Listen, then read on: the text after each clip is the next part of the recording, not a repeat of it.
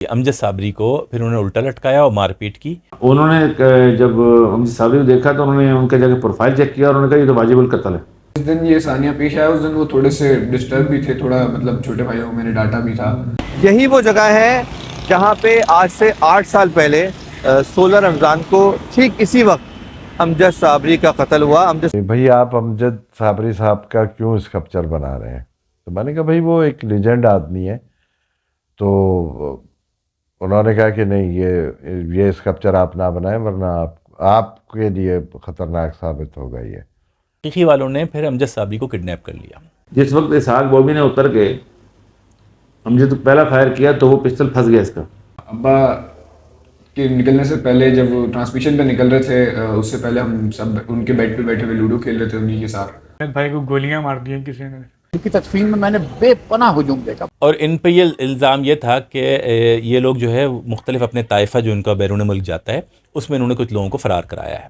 اس حملے سے پہلے ابا پہ 3 حملے پہلے بھی ہو چکے ہیں. فوراً ہی وہ واپس آئے اور امجد صابری کے سر پر ایک گولی ماری. وہ جو ویپن تھے وہ بھی جب ہم نے ریکور کیے اس ویپن کے اوپر بھی امجد صابری قتل لکھا ہوا تھا. یہ وہ جگہ ہے یہاں پر آ کر جو سپاہ ہے اس کی ایمبولینس کو روکا گیا اور اس کی ایمبولینس کے کچھ لوگ امجد صابری کی باڈی کو ہائی جیک کر کے یعنی اٹھا کر کے ٹیپ کر کے اور اپنی ایمبولینس پہ رکھیں گے. آغا خان میں جا کے یہ پتہ لگا کہ فائنلی امجد بھائی کی شہادت ہو چکی ہے. دل خواہش ہے میری کہ اگر ابھی ابا ہوتے تو ہم ان کے ساتھ کام کر رہے ہوتے، ہم ان کے ساتھ سامان اٹھا رہے ہوتے، پیچھے تالیاں بجا رہے ہوتے تو وہ ایک الگ ایکسپیرینس ہوتا. تھوڑا سا حیرت انگیز واقعہ بتاؤں جو کسی کے علم میں نہیں ہوگا. ایک رشتہ دار نے کہا کہ مجھے لگ رہا ہے کہ امجد کی جو قبر کا سائز ہے وہ تھوڑا چھوٹا ہے. اردو پریس کے ساتھ میں ہوں واجد رضا اصفہانی. آج معروف قوال امجد صابری کی شہادت کو 8 برس بیت گئے ہیں. آج کے دن دہشت گردوں نے لیاقت آباد 10 نمبر پر امجد صابری کی گاڑی پر فائرنگ کر کے انہیں شہید کر دیا تھا. ہماری آج کی یہ ویڈیو امجد صابری اسپیشل ہے. اس میں ہم آپ کو امجد صابری سے جڑے شخصیات سے ملاقات کرائیں گے جبکہ کچھ ایسے حقائق بتائیں گے جو میں سمجھتا ہوں کہ آج تک آپ لوگوں کے علم میں نہیں ہوں گے. امجد صابری کا تعلق کس سیاسی جماعت سے تھا یا وہ کن کے لیے کام کیا کرتے تھے یا کچھ ایسی باتیں جو امجد صابری کے چاہنے والے نہیں جانتے، ان کو وہ معلومات اس ویڈیو میں ملیں گی. اس کے علاوہ چونکہ جب امجد صابری کا قتل ہوا تھا تو آج سے 8 سال پہلے میں ایک نجی چینل میں کام کر رہا تھا، تو انتقال کے بعد کچھ ایسے واقعات ہوئے تھے تدفین سے پہلے اور تدفین کے بعد جو لوگوں کے علم میں نہیں تھے، وہ حقائق بھی اس ویڈیو میں شامل کیے جائیں گے. امجد صابری اپنے چھوٹے بھائی طلحہ صابری سے بے حد پیار کرتے تھے. انہوں نے انتقال والے دن اپنے چھوٹے بھائی کو کیا کام کہا اور جب یہ اطلاع طلحہ صابری کو ملی تو اس وقت کہاں موجود تھے؟ اس دن ہماری ملاقات ہوئی تھی امجد بھائی کی، کیونکہ گرمی بہت تھی ان دنوں. امجد بھائی کا اے سی تھوڑا سا پرابلم کر رہا تھا، تو امجد بھائی نے مجھے کہا تھا کہ یار وہ میرے ایک دوست ہیں وہ اے سی وغیرہ کا کام کرتے ہیں، تو یار ان کو بلا کے آپ دکھا دو. تو میں تو جا رہا ہوں، تو آج آپ ذرا یہ کام کرا لو. تو ہم لوگ کام کر رہے تھے، وہ بندہ کام کر رہا تھا، میں اس کے ساتھ بیٹھا ہوا تھا کہ اتنے میں ہی جیسے آپ نے دیکھا ہوگا ہمارے محلے میں کافی سارے بازار ہے، یہاں دکانیں ہیں، تو ایک امجد بھائی کو ہارڈلی نکلے ہوئے میرے خیال 10 منٹ ہوئے ہوں گے، تو وہ دکاندار بھاگتا ہوا آیا، وہ آواز دینے لگا مجھے اور والدہ کو کہ بھائی اس نے بتایا کہ ایسا ایسا ہو گیا، امجد بھائی کو گولیاں مار دی ہیں کسی نے. ہم نے کہا بھئی ایسا کیسے ہو سکتا ہے، وہ تو ابھی بالکل ابھی نکلے ہیں، بامشکل 10 منٹ ہی ہوئے ہوں گے کہ پتہ یہ لگا وہ ابھی صرف 10 نمبر پہ ہی پہنچے تھے تو وہاں پر ان کا اٹیک ہو گیا. اور بس یوں سمجھ لیجئے میں اگر آپ کو اپنا حلیہ بتاؤں، میں اس وقت شارٹ اور بنیان میں تھا ہارڈلی، اور پیر میں میرے چپل بھی نہیں تھی. جو جس حال میں تھا ہمارے گھر میں سب اسی طریقے سے بھاگے. محلے میں سب لوگ جاننے والے ہیں، کوئی بائک، آٹو، کار سب لے کے ہم لوگ جس طریقے سے نکلنا چاہتے تھے نکل سکتے تھے نکلے، اور سب لوگوں نے ہمارا بہت ساتھ بھی دیا. اور ہم لوگ پہلے کسی ہاسپٹل، کبھی حبیب میڈیکل، کبھی آغا خان، کبھی لیاقت نیشنل. آغا خان میں جا کے یہ پتہ لگا کہ فائنلی امجد بھائی کی شہادت ہو چکی ہے. پہلے یہ خبریں آ رہی تھیں کہ ابھی زخمی ہیں، ابھی یہ ہوا ہے ابھی، لیکن آغا خان میں جب ہم پہنچے سارے ہاسپٹل چھاننے کے بعد تو پھر یہ پتہ لگا کہ فائنلی امجد بھائی شہید ہو چکے ہیں. والدہ کے وہ بہت لاڈلے بیٹے تھے. بھائی والدہ بھی یقین ہی نہیں کر پا رہی تھیں،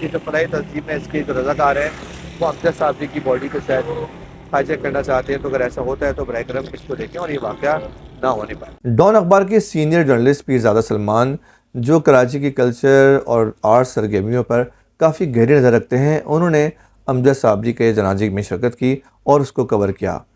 پیرزادہ سلمان صاحب کیا فرماتے ہیں، آئیے ان سے سنتے ہیں۔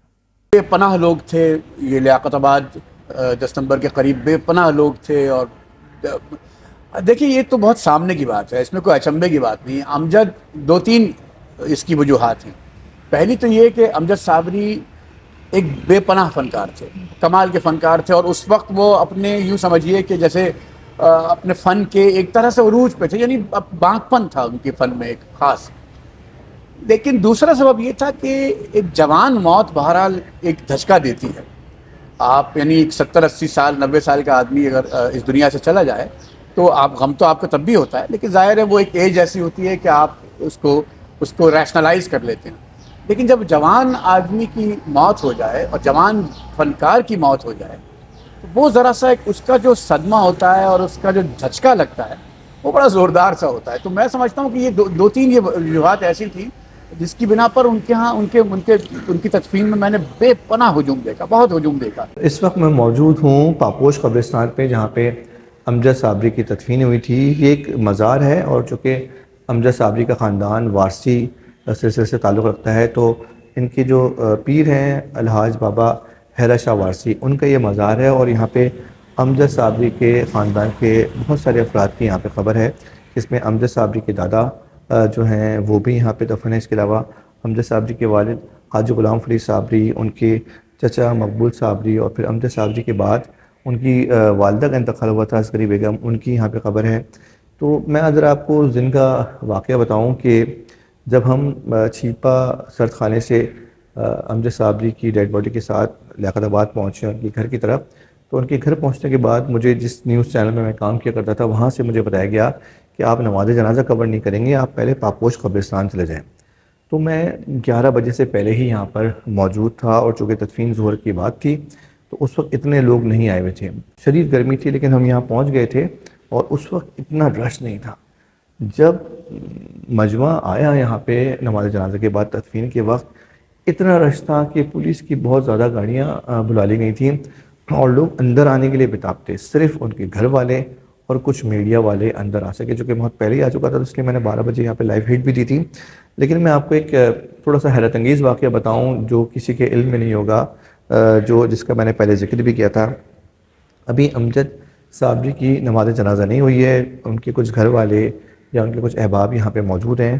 تو جب امجد صابری کی قبر کھود گئی تھی، تیار ہو چکی تھی، تو ان میں کسی ایک رشتہ دار نے کہا کہ مجھے لگ رہا ہے کہ امجد کی جو قبر کا سائز ہے وہ تھوڑا چھوٹا ہے۔ انہوں نے کہا کہ چونکہ امجد کی ہائٹ لمبی ہے، اور اس پہ پھر کافی تھوڑی بحث ہوئی، کسی کا نہیں قبر کا سائز تو نارمل ہوتا ہے، اس کی ہمیں ضرورت نہیں ہے، تو پھر بالآخر یہ فیصلہ ہو کہ اس وقت ایسا کوئی ایشو نہ کھڑا ہو۔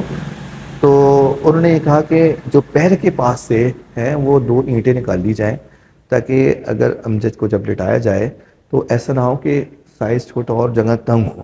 تو احتیاطاً 2 اینٹیں یہاں سے بالکل، ابھی تو خیر یہ سب ماربل وغیرہ کر دیا ہے، سنگ مرمر کر دیا ہے، اس وقت ایسا کچھ نہیں تھا، ذرا کچی تھی، ایون باقی خبریں بھی اتنی پکی نہیں تھیں۔ تو پیر کے پاس سے 2 اینٹیں اس طرح سے نکال دی گئی تھیں تاکہ اگر امجد کو جب لٹائیں تو اس کے بعد وہ مسئلہ نہ ہو اور وہ کوئی پریشانی نہ ہو۔ تو یہ میں آپ کو ایک واقعہ بتا دوں کہ اس طرح کا واقعہ بھی ہوا تھا، اور بہت رش تھا، شدید گرمی تھی، لوگ اندر آنے کے لیے بتاب تھے، لیکن بہت مشکل سے ان کو روکا گیا، صرف گھر والے اور میڈیا والے جو تھے وہ یہاں پہ پاپوش کے قبرستان میں موجود تھے۔ پاکستان کے عظیم مجسمہ ساز منصور زبیری کا نام کسی تعارف کا محتاج نہیں۔ جب امجد صابری کا مرڈر ہوا تو انہوں نے امجد صابری کا مجسمہ بنانے کی کوشش کی، اور ہمارے ذریعے جب یہ خبر میڈیا میں آئی تو نہ صرف ان کو قتل کی دھمکیاں ملی بلکہ انہیں سنگین نتائج بھگتنے کا بھی کہا گیا، جس کے بعد منصور زبیری نے امجد صابری کا مجسمہ بنانے کا ارادہ ترک کر دیا۔ جی واجد صاحب، میں اس وقت اسلام آباد میں تھا اور کام کر رہا تھا اپنا کہ مجھے یہ خبر ملی، تو بڑا افسوس ہوا اس لیے کہ وہ ایک لیجنڈ تھے، ان کا دشمنی وغیرہ کا تو میرے سمجھ میں نہیں آتا کہ کوئی سلسلہ ہو، تصور بھی نہیں تھا۔ تو بہت ہی شدید افسوس ہوا، کیونکہ بہت ہی ڈیسنٹ اور بہت زبردست فنکار تھے۔ تو ایک فنکار دوسرے فنکار کو کیا دے سکتا ہے جو اس کے پاس ہوتا ہے؟ تو ٹریبیوٹ کے طور پہ، چونکہ میرا تعلق مجسمہ سازی اور مصوری سے ہے، تو میں نے سوچا کہ ایک مجسمہ ان کا میں بناؤں، ٹریبیوٹ ان کو دوں، لوگ ان کو یاد رکھیں۔ تو میں نے ان کا اسکلپچر شروع کیا، فیس تک میں بنایا۔ اس کے بعد میں کراچی آ گیا کہ میں یہاں، چونکہ کراچی میں ڈیتھ ہوئی ہے، تو وہیں پہ کہیں پہ پریسنگ کریں گے تاکہ ان کی یادگار رہے۔ تو یہاں میں آیا تو پھر آپ کو یاد ہوگا کہ پھر جب مکمل اسکلپچر بنانا تھا تو میں نے کہا تھا کہ ان کے گھر جانا ہے مجھے، اور آپ ہی مجھے لے کے گئے تھے، ہم دونوں گئے تھے، اگر آپ کو یاد ہو۔ کرتا لیا تھا ایک، تاکہ ان کا سائز کا وہ سب سلسلہ پتہ چلے۔ تو یہ بہرحال چونکہ وہ اس وقت چلا، آپ نے بھی میرا خیال ریکارڈ پہ چلایا کہ یہ اسکلپچر بن رہا ہے، تو پھر مجھے تھریڈز آنے لگے کہ بھئی آپ امجد صابری صاحب کا کیوں اسکلپچر بنا رہے ہیں؟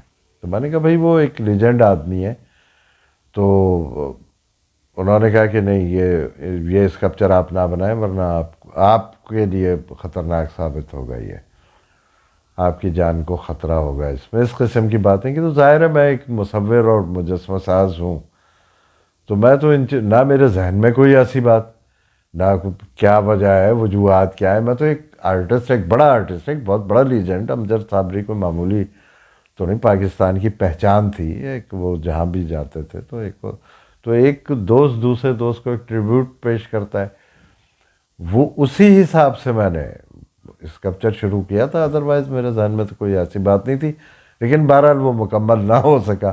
سینئر انویسٹیگیٹو جرنلسٹ مبشر فاروق نے امجد صابری سے متعلق کچھ ایسے حقائق بتائے ہیں جن کو سن کر آپ کو شدید حیرت ہوگی۔ انہوں نے یہ بتایا کہ وہ 90s میں کس سیاسی جماعت کے لیے کام کیا کرتے تھے، اور بعض دفعہ انہوں نے یہ بھی کہا کہ ان کو اس کام کے پیسے بھی ملتے تھے۔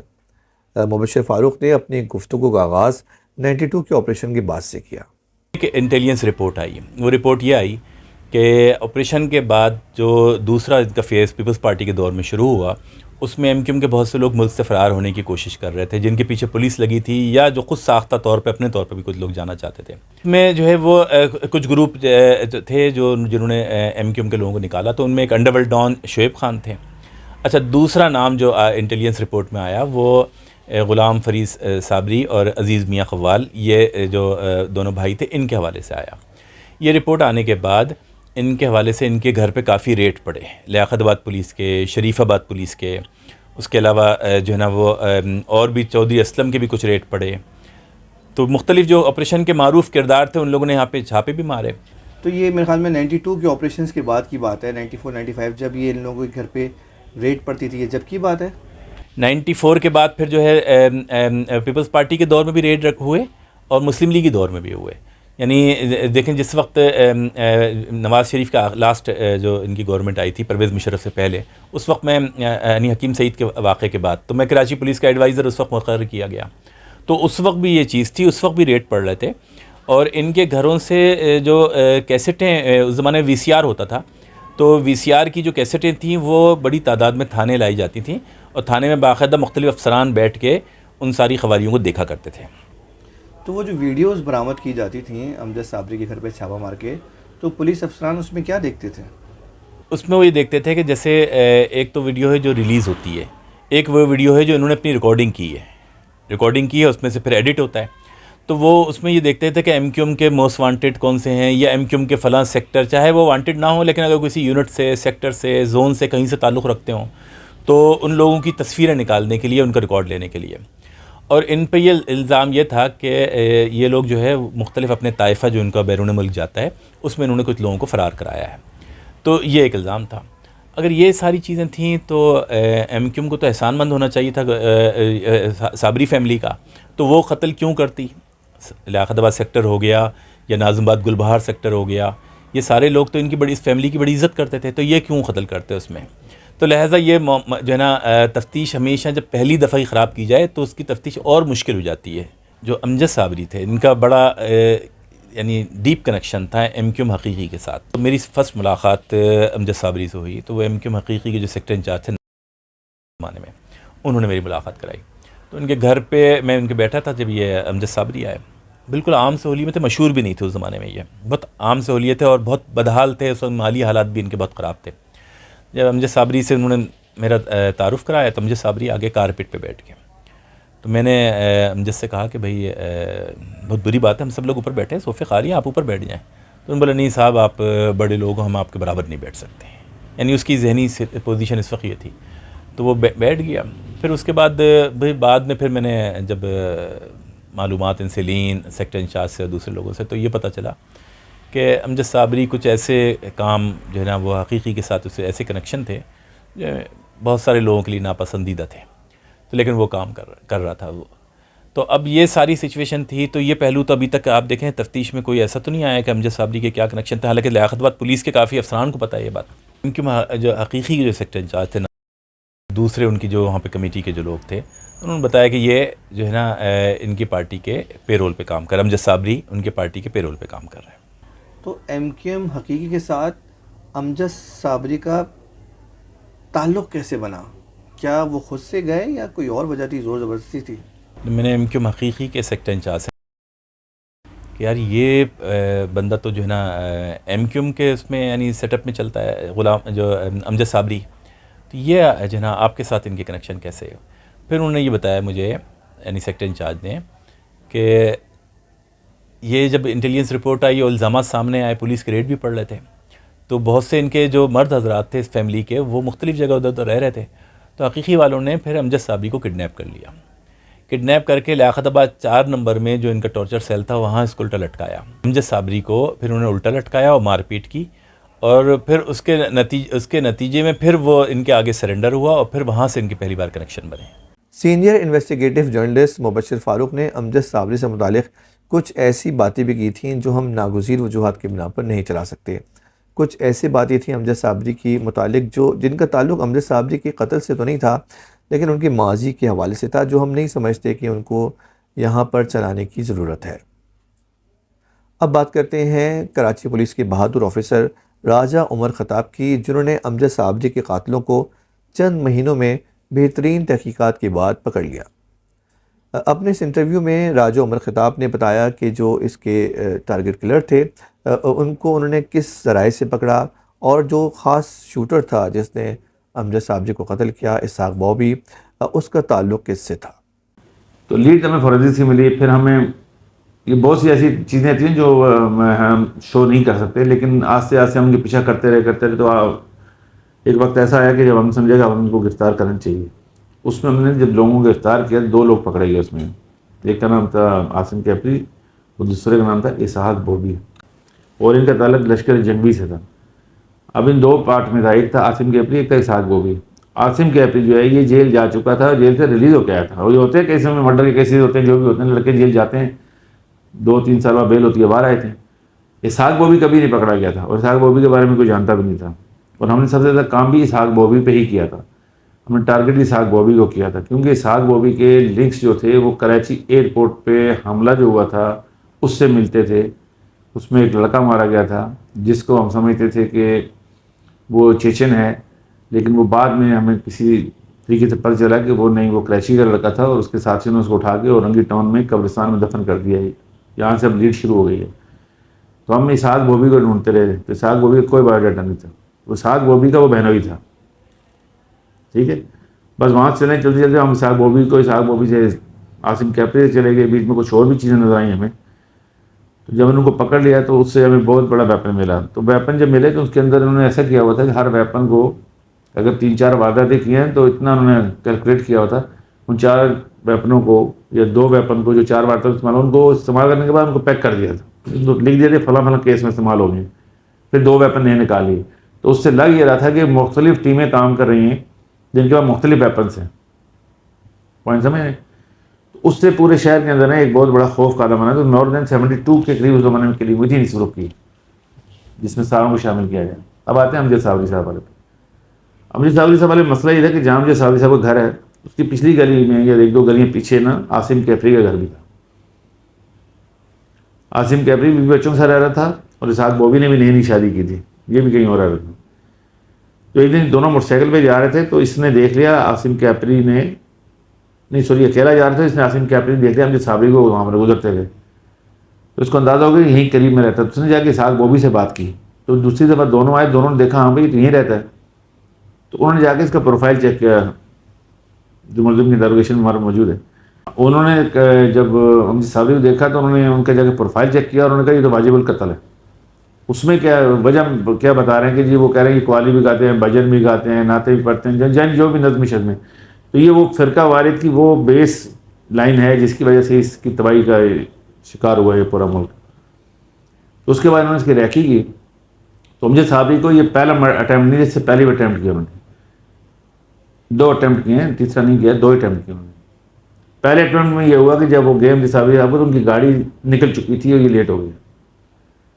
دوسرے دن جب دوسرے واقعے میں جب گئے ان کو مارنے کے لیے, تو وہ بھی اس میں بھی کوئی اللہ تعالیٰ کا ظاہر وہ نام لیتا تھا, اس کی بھی اللہ تعالیٰ نے کوئی غائبانہ ایسی مدد کرنی تھی کہ اس کیس میں کچھ نہ کچھ ایویڈنس بچ جانی تھی. یہ اس زمانے میں جو ویپن یوز کر رہے تھے اس کے اوپر ایک کیچر لگاتے تھے. وہ کیچر ایسا ہوتا ہے کہ اگر آپ نے فائرنگ کی ہے تو اس کے جو ایمٹیز ہیں نا وہ آپ کو کرائم سین پہ نہیں ملتے, وہ ان کے پاس ہی رہے تھے. جس وقت اسحاق بوبی نے اتر کے امجد پہلا فائر کیا تو وہ پسٹل پھنس گیا اس کا, وہ اس نے فائر نہیں کیا. تو اتنے میں امجد کی بھی توجہ اس کی طرف ہو چکی تھی, لیکن اس نے پھر دوسرا پسٹل جن کے پاس دوسرا بھی لگا ہوا تھا اس سے اس نے فائرنگ کی, جس سے امجد شہید ہو گئے اور اس کے کھول بھی موقع سے مل گئے. وہ ایک ہی واردات میں ویپن یوز ہوا تھا, اور وہ ویپن اگر پہلا والا استعمال ہوتا تو ہمارے پاس ایویڈنس بھی نہیں آتی, ٹھیک ہے نا, تو ہمارے پاس ایویڈنس بھی نہیں آتی. پھر یہ بات آتی ہے جی وہ گولیاں ایسے کیسے ماریں, بھائی ٹیررسٹ ہیں اور ایک بندہ گاڑی میں بیٹھا ہوا ہے تو اس کو گاڑی کا کون سا پارٹ قرآن تو نظر نہیں آئے گی, ظاہر اس کا ماتھا آپ کا نظر آ رہا ہے, آپ کا فیس نظر آ رہا ہے, آپ کا چیسٹ نظر آ رہا ہے, اور یہ ڈینجر ایریا ہے. اور اگر آپ کسی جو نہیں بھی جانتا فائر, وہ اگر فائر گاڑی میں کسی کو کرتا ہے یقیناً اس فیس پہ لگے گی گولی, یا اس کے ہیڈ شاٹ ہوگا, یا اوپر ہو سکتی ہے گولیاں لگی. اس طرح انہوں نے مجھے کو شہید کیا اور وہاں سے وہ نکل گئے. تو وہ جو ویپن تھے وہ بھی جب ہم نے ریکور کیے, اس ویپن کے اوپر بھی امجد صابری قتل لکھا ہوا تھا. اب کیا وجہ تھی, وہ مارنے کی وجہ فرقہ وارانہ تھی. اور اس کے بعد ہاں ان کے ایک اسٹیٹمنٹ میں بات اہم یہ آئی تھی کہ انہوں نے کہا کہ جب ہم نے اس کا جنازہ دیکھا تو ہم دونوں خود بڑے حیران ہو گئے تھے کہ اتنے لوگ اس کے جنازے میں آ سکتے ہیں, اس کو اتنا پیار کرتے ہیں. تو پھر ہم نے سمجھا ہم نے بڑا بندہ مار دیا. پہلے ہم نے امجد صابری کو مارا تھا, لیکن بعد میں پتا کہ وہ بہت بڑا آدمی مار دیا جنازہ دیکھنے کے بعد. جو عاصم کیپری ہے نا, وہ پرانا لشکر کا لڑکا تھا, اس کا بھائی بھی اس لشکر جنگی میں. عاصم کیپری سے زیادہ خطرناک جو ہے نا اسحاق بوبی تھا. عاصم کیپری چالاک ضرور تھا لیکن اتنا دلیر نہیں تھا, اور اسحاق بوبی جو تھا نا وہ موٹیویٹڈ بھی تھا, اور اس سے کم عمر ہونے کی وجہ سے وہ جذباتی بھی بہت تھا. تو جتنی کلنگ ہوئی ہے اس میں موٹر سائیکل صرف عاصم کیپری چلاتا ہے, اور کلنگ ساری انسان اسحاق بوبی کرتا ہے. عدالت میں اس وقت ان کا کیس جو ہے وہ اپیل کی میں پڑا ہوا ہے, سزا موت ان کو ہو چکی ہے دونوں ملزموں کو. اس کیس میں نہیں, اس کے علاوہ تمام کیسز میں, دیگر تمام کیسز میں 1-2 کیسز میں شاید بری ہوئے ہیں. پرنٹ الیکٹرانک میڈیا اور سوشل میڈیا پہ ایک افواہ کافی تیزی سے پھیلائی جا رہی ہے کہ امجد صابری کے قتل میں ان 2 افراد کے علاوہ بھی ایک بہت بڑی ٹیم تھی. جب امجد صابری کو مارا گیا تو کوئی رکشے میں سوار تھا, کوئی پیدل تھا. لیکن جب یہ سوال ہم نے راجہ عمر خطاب سے کیا تو انہوں نے ان الزامات کی سختی سے تردید کی. نہیں, بالکل فیک اور غلط خبر ہے یہ. ان 2 کے علاوہ بھی کوئی تھا, ان 2 کے علاوہ کسی نے ٹارگٹ دیا تھا. اب پچھلے دنوں میں ایک خبر چلی تھی کہ جی وہ قاسم رشید جو ہے وہ جیل سے ریلیز ہوا, اور وہ جو اس کا ماسٹر مائنڈ تھا بالکل فضول حرکت ہے. وہ جس نے بھی بات کی ہے کسی افسر نے, وہ نالائق آدمی میں سمجھتا ہوں, کیونکہ اس کا اس سے کوئی واسطہ نہیں تھا. یہ کوئی ٹارگٹ اندر جیل سے نہیں دی گیا تھا, یہ باہر ہی تھے اور یہ رینڈملی ٹارگٹ لیتے تھے یہ دونوں. اور پھر وہ قاسم رشید کے اوپر یہ کہا گیا میرا قاسم رشید ہمارا ملزم رہا ہے, ٹیررسٹ ہے, دہشت گرد تنظیم کا. لیکن جو حقائق ہیں وہ یہی ہیں کہ اس کی پریس ریلیز کو یا اس کو بڑھانے کے لیے کسی نے بیان دے دیا کہ جی اس کا امجد صابری کے قتل سے کا ماسٹر مائنڈ گرفتار. تو بالکل نالائقی ہے, بے فضول بات کی ہے. اس میں 2 ہی لوگ تھے, رینڈم ریکی تھی, اس کے بعد انہوں نے کنفرم کر کے ان کو شہید کر دیا. اس میں کوئی تیسرا چوتھا پانچواں کوئی بھی نہیں تھا, اور کسی تنظیم سے تھے تو صرف تنظیم کی لشکر جنگی تھی. امجد صابری کے فرزند مجدد صابری نے اپنے والد کے حوالے سے کچھ باتیں کی اور یہ بھی بتایا کہ ان کی شہادت سے پہلے بھی ان پر کئی قاتلانہ حملے ہو چکے ہیں. ابا کے نکلنے سے پہلے جب وہ ٹرانسمیشن پہ نکل رہے تھے, اس سے پہلے ہم سب ان کے بیڈ پہ بیٹھے ہوئے لوڈو کھیل رہے تھے انہیں کے ساتھ. اور جیسے گھر میں نارمل رمضانوں میں روٹین چل رہی ہوتی ہے ویسی روٹین چل رہی تھی. اور ان کے کپڑے ریڈی ہوئے ہیں, انہوں نے شاور لیا, چینج کیا اور چلے گئے. اور تقریباً کچھ ہی منٹس کے بعد یہ خبر آ گئی, تقریباً سمجھ لیں آدھے گھنٹے کے بعد. جس دن یہ ثانیہ پیش آیا اس دن وہ تھوڑے سے ڈسٹرب بھی تھے, تھوڑا مطلب چھوٹے بھائیوں کو میں نے ڈانٹا بھی تھا. اور یوزولی نہیں ڈانٹتے وہ, نہ مارتے, لیکن اس دن ہو سکتا ہے کچھ ایسی پریشر ہو یا بندے کو اکثر لوگوں کو پتہ چل جاتا ہے کہ بھائی ہم زیادہ دن نہیں ہیں اس دنیا کے اندر. اس حملے سے پہلے ابا پہ 3 حملے پہلے بھی ہو چکے ہیں. میں اور بھی جگہ بتا چکا ہوں یہ کہ پہلے ایک دفعہ وہ اپنے شو کر کے اپنے پروگرام سے واپس آ رہے تھے گھر کی طرف بلوچ کالونی کے پل کے اوپر, تو ان کے دوست احباب بھی گاڑی میں ہی بیٹھے ہوئے تھے, تو وہاں 2 بائکیں لگتی ہیں اور وہ اسٹریٹ فائر کرتے ہیں. تو اس ٹائم پہ کچھ زیادہ میجر ایسا نقصان ہوا نہیں تھا, گاڑی پہ ہماری گولیاں لگی تھی لیکن کچھ زیادہ ایسا میجر نقصان نہیں ہوا تھا. ہمارے پاس بھی میرے مطلب ابا کے جو دوست وغیرہ بیٹھے ہوئے تھے ان کے پاس اسلحہ تھا, تو انہوں نے بیک فائر کیا تو وہ لوگ وہاں سے نکل گئے. پھر ایسے ہوا کہ ایک دفعہ فیملی کے ساتھ کہیں سے آ رہے تھے ابا لیٹ نائٹ ہی, تو فالو کرنے لگی تھی 2-3 بائکیں, تو اس ٹائم پہ تیز گاڑی چلا لی, رات کا ٹائم تھا, خالی سڑکیں تھی, تو ایسے ایک بچت ہو گئی. پھر تیسری دفعہ ایسا ہوا کہ ہمارے گھر میں لوگ گھس گئے, تقریباً 4 لوگ گھس گئے. رات کو 9-10 بجے کا ٹائم تھا کہ ابا میرے خیال سے ہمارے US کے لیے ان کی فلائٹ تھی یا پھر اسلام آباد انٹرویو کے لیے جا رہے تھے کسی حوالے سے. ان کی گاڑی نکلی ہے اور 4 لوگ ہمارے گھر کے اندر انٹر ہوئے ہیں. آپ نے تو گھر دیکھا ہمارا, تو وہ انٹر ہوتے ساتھ ہی بالکل گھر کے اندر گھس گئے اور انہوں نے نہ پوچھا کہ پیسے کہاں رکھے یا سونا کہاں رکھا یا کچھ ایسی چیز پوچھی. ایسا تو انہوں نے کچھ نہیں پوچھا, انہوں نے کہا کہ امجد صابری کہاں ہے. تو ان کو میری پھپھو نے تھوڑا سا ان کے ساتھ ڈانٹا ان کو کہ بھائی آپ کون ہیں, ان کو نکالنے کی کوشش کی, لیکن انہوں نے صرف یہ پوچھا کہ امجد صابری کون ہے اور کہاں ہے. تو ہم نے کہا کہ بھائی وہ تو چلے گا, اور وہ انہوں نے دوسری کوئی بات نہیں کی, وہ واپس اپنی بائک پر بیٹھے اور چلے گئے. جس دن انسیڈنٹ ہوا میرا پاؤں ٹوٹا ہوا تھا, میرے پاؤں میں پلسٹر تھا, تقریباً سمجھ لیں اسی دن میں نے کھولا تھا, اسی دن خود ہی کاٹا تھا میں. تو میں جب یہ انسیڈنٹ آیا لوگ رش کے, جب میں سمجھ لیں کہ میں اپنے کمرے سے نکل کے باہر سیڑھیوں تک ہی آیا ہوں گا, رش لوگ روڈ پہ جتنا میں دیکھ رہا ہوں سر ہی سر نظر آ رہے ہیں, گلی میں دیکھ رہا ہوں سر ہی سر نظر آ رہے ہیں, اور ہمارے گھر کے اندر اتنے اننون لوگ سب گھس گئے, سب کو ہمیں سنبھالنے کی کوشش کر رہے ہیں. اور کوئی مطلب ایک افراتفری کا مقام بچا ہوا تھا کہ کوئی جس کو جہاں خبر ملی تھی, کوئی سول ہاسپٹل پہنچ گیا, کوئی عباسی شہید پہنچ گیا, کوئی جناح پہنچ گیا, کوئی آغا خان پہنچ گیا. ایسے ہی مجھ میں ایک ہمارے علاقے کے الیکٹریشین ہیں اور ہمارے پڑوسی ہیں, وہ مجھے مل گیا. حالانکہ تب میری عمر میرے خیال سے 13 سال تھی, تو وہ مجھے مل گئے. تو انہوں نے کہا کہ آغا خان میں ہیں, تو پھر میں ان کے ساتھ بائک پہ بیٹھا اور میں آغا خان پہنچا. جب میں آغا خان پہنچا وہاں پہ میری فیملی تھی, تو انہوں نے مزید ڈانٹ کے کہ واپس گھر جاؤ تم, یہ فلانے پھر مجھے گاڑی میں گھر بھیجا. میں گھر آیا تو آغا خان میں باڈی ملی تھی. اس کے بعد پھر ہم نے وہ ریسیو کیا وغیرہ, والدہ وغیرہ اور سب جتنے بھی ہمارے چاچو تابو وغیرہ وہاں سب موجود تھے, اور میں تو اس ٹائم واپس آ گیا. ہر وقت ہر چلتے پھرتے کام کرتے ہوئے یاد آتی ہے کہ دل خواہش ہے میری کہ اگر ابھی ابا ہوتے تو ہم ان کے ساتھ کام کر رہے ہوتے, ہم ان کے ساتھ سامان اٹھا رہے ہوتے, پیچھے تالیاں بجا رہے ہوتے, تو وہ ایک الگ ایکسپیرینس ہوتا. ان کے انسیڈنٹ سے کچھ ٹائم پہلے کی, مطلب کچھ مہینوں پہلے کی بات چلے جائے کہ اگر یہ جون میں ہوا ہے تو اپریل میں میری برتھ ڈے آتی ہے. تو اپریل کے اندر اپریل میں ہی انہوں نے US بھی چلے جانا تھا. تو اچھا کچھ دنوں پہلے ہی ہمارے ایگزامس بھی چل رہے تھے, تو میں نے ابا سے گزارش کی کہ مجھے ایکس باکس چاہیے ذرا ایک کھیلنے کے لیے. اچھا میرے ابا خود بھی گیمز بڑے شوق سے کھیلتے ہیں. ٹائم پہ 7th کلاس میں ہوں گا آئی گیس. تو میں نے ابا کو کہا کہ مجھے وہ ایکس باکس لینا برتھ ڈے کے لیے. تو ابا نے کہا چلو ٹھیک ہے. اماں نے منع کر دیا ان کو کہ نہیں, پیپرز بھی آ رہے ہیں, اس کے ایگزامز ہیں, کھیلتا رہے گا, پڑھائی نہیں کرے گا. ڈانٹ ہوئی. ابا نے کہا چلو ٹھیک ہے نہیں لے کے آئیں گے, جب ایگزامس میں اچھے اسکور کرے گا تب دلوا دیں گے اس کو. لیکن الحمدللہ ایسا ہوا کہ اگلے دن جب ابا نے نکلنا تھا تو انہوں نے نکلتے کہا کہ مجھے میاں کہتے تھے مجھے کہ مجھے میں تمہارا سامان رکھا ہوا ہے ڈگی میں, گاڑی میں جا کے نکال لو. میں نکال کے لے کے آیا, میں نے کھولا تو وہ ایکس باکس سیدھا جو مجھے چاہیے تھا. تو امجد صابری کے حوالے سے آپ نے ہماری یہ ویڈیو دیکھی. اگر آپ کو ہماری کاوش پسند آئی ہے تو نہ صرف ہمارے چینل کو سبسکرائب کریں بلکہ اس ویڈیو کو شیئر بھی کریں اور اپنی رائے سے بھی ہمیں ضرور آگاہ کریں. ہماری کوشش ہوگی کہ اسی طرح کی مزید انفارمیٹیو ویڈیوز آپ تک پہنچائیں. اپنا بہت سارا خیال رکھیے. اللہ حافظ.